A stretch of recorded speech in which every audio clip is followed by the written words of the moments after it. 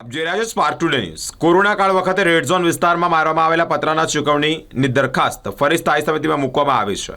આવતીકાલે સમિતિની બેઠક મળી રહી છે। તે પહેલા જ વિરોધ પક્ષના નેતા ચંદ્રકાંતભાઈ શ્રીવાસ્તવે આ કામ અંગે પોતાના વિરોધ નોંધાવી અને પોતાની પ્રતિક્રિયા આપી છે।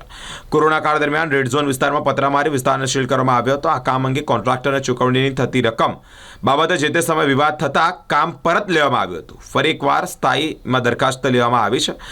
વિરોધ પક્ષના નેતા ચંદ્રકાંતભાઈ શ્રીવાસ્તવે પોતાનો વિરોધ નોંધાવી કોન્ટ્રાક્ટરને બ્લેકલિસ્ટ અને જવાબદારો સામે કાર્યવાહી કરવામાં આવે તેવી માંગ કરી છે। પત્ર નથી પણ સાચી હકીકત મેં પ્રસ્તુત કરી છે કે કોરોના કાળનો એ સમય હતો જેની અંદર લોકો ક્યારે મરી જાય એ ખબર નથી પડતી।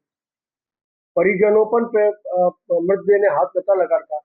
એવી ભયાનક પરિસ્થિતિ હતી અને એવી ભયાનક પરિસ્થિતિની અંદર આખા શહેરની અંદર કંધાથી કંધા મલાઈને લોકો કામ કરતા હતા। કેટલાક લોકો માસ્ક બનાવીને ફ્રીમાં આપતા હતા, કેટલા લોકો જમવાનું ફ્રીમાં આપતા હતા, કેટલા લોકો પોતાની ગાડીઓ ફ્રીમાં આપતા હતા। બધી ઘણી વસ્તુ લોકો એકબીજા જોડે મળીને તકલીફ દૂર કરવાની, આ શહેરમાંથી તકલીફ દૂર થાય તે પ્રમાણેનું કામ કરતા હતા। રેડ ઝોન જાહેર કર્યું એ ખાલી નાગરવાડા ઝોન જાહેર કર્યું, એ નાગરવાડાની આજુબાજુ પતરા લગાવવા માટે એક ટેન્ડર કાઢ્યું, પણ ટેન્ડર કાઢવાની મારે ખ્યાલથી જરૂર નથી, કારણ કે આપણી પાસે જ એટલા બધા સાધનો છે। આ તમે સ્ટોરમાં જાઓ તો ગમે તેટલા પતરા બધા બહુ પડેલા છે, પણ તોય છતાં પતરા રેડ ઝોનની અંદર લગાડવાના છે।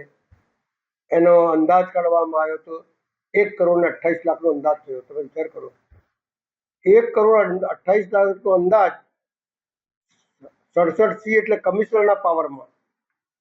જ્યારે કોઈ આફત આવે શહેરમાં, પૂર આવી ગયું હોય, હેજા ફેલી ગયું હોય, અથવા આવી કોઈ કોરોના જેવી બીમારી આવી હોય તો કમિશનર કરોડો રૂપિયા ખર્ચો કરી શકે છે એને બચાવવા માટે।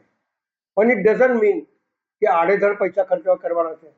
નગરજનોના હિતમાં ગમે તેટલા રૂપિયા ખર્ચો થાય, અમને કોઈ વાંધો નથી, પણ આ પૈસા 1,28,00,000નો અંદાજ બન્યો અને 150% ઓન, આપ સમજો, 100% નહીં, 150%, 3 કરોડની ઉપર કામ ગયું।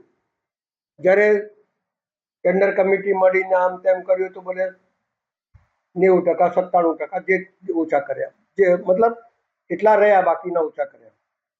ના ભાઈ, જે કામ જ બોગસ છે, જે કામની અંદર ગઈ 2.5 વર્ષ પહેલા આટલી બધી મોટી ચર્ચા થઈ, કામ પાછું મોકલ્યું, કામ નહીં કરવાનું નક્કી થયું, તો ફરી આ કામ કઈ રીતના? એનો મતલબ એ થયો કે ચૂંટણી આવી છે, કમિશનર ઉપર કોઈનો દબાણ હશે, અથવા કોઈ નેતાએ કીધું હશે કે ભાઈ આને પૈસા આપી દો, તો કમિશનર સુધી દરખાસ્ત આપી।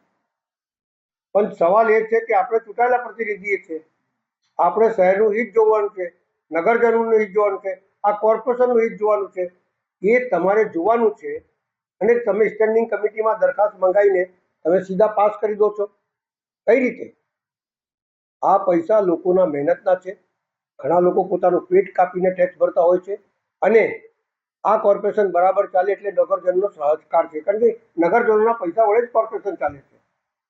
તો પછી અમારું માનવું છે કે આવા રચના કઈ છે કન્સ્ટ્રક્શન, એ એક જ ભાઈને તમે કામ આપો, એક જ ભાઈનું કામ પાસ કર્યું। એવા તો ઘણા સ્ટેન્ડિંગ કમિટીમાં એવા ઘણા કામો પાસ કરે છે જે કાયદાની વિરુદ્ધ છે।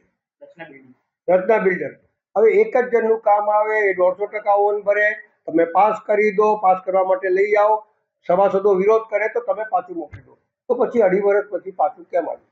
પ્રશ્નાર્થ એ છે। અને નગરજનોના પૈસા આવી રીતે વેડફાય નહીં। ખરેખર તો આ જે કોન્ટ્રાક્ટર છે એને બ્લેકલિસ્ટ કરવું જોઈએ, એની ઇન્કવાયરી થવી જોઈએ, અને જે લોકો આમની અંદર સંડોવાયેલા હોય એ બધાના ઉપર કેસ થવું જોઈએ, જેથી બીજાને નસીહત મળે કે ભાઈ આવું કરવાથી કોર્પોરેશન આવું બી કરી શકે છે। એટલે મારું માનવું છે, કામ પરત મોકલો, શહેરીજનોના પૈસા બચાવો, અને આવા કામો જે રદ કરી અને કોઈ કેસ કરો એના પર ઇન્કવાયરી બેસાડો, એવું મારું માનવું છે। જે તે સમયે ગુજરાત પ્રદેશના જે મહામંત્રી ભાર્ગવ ભટ્ટ હતા, એમણે આ સંકલનની મીટિંગમાં જાતે દરખાસ્ત રદ કરી હતી। ફરીથી આ મુદ્દો આવી ગયો।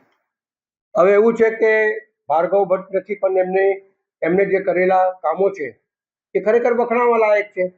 કારણ કે એમને જો જોયું કે ભાઈ આવું ન થવું જોઈએ, શહેર હિતમાં નથી, એમને રદ કર્યો છે. હું તો એમને બી કહું છું, અમને બી કહું છું કે આવા શહેરના હિતમાં કામો ના હોય એ રદ કરવા જોઈએ. ખરેખર શહેર તમારી પાસે આશાને અપેક્ષા રાખે છે કે તમે સારું કામ કરો.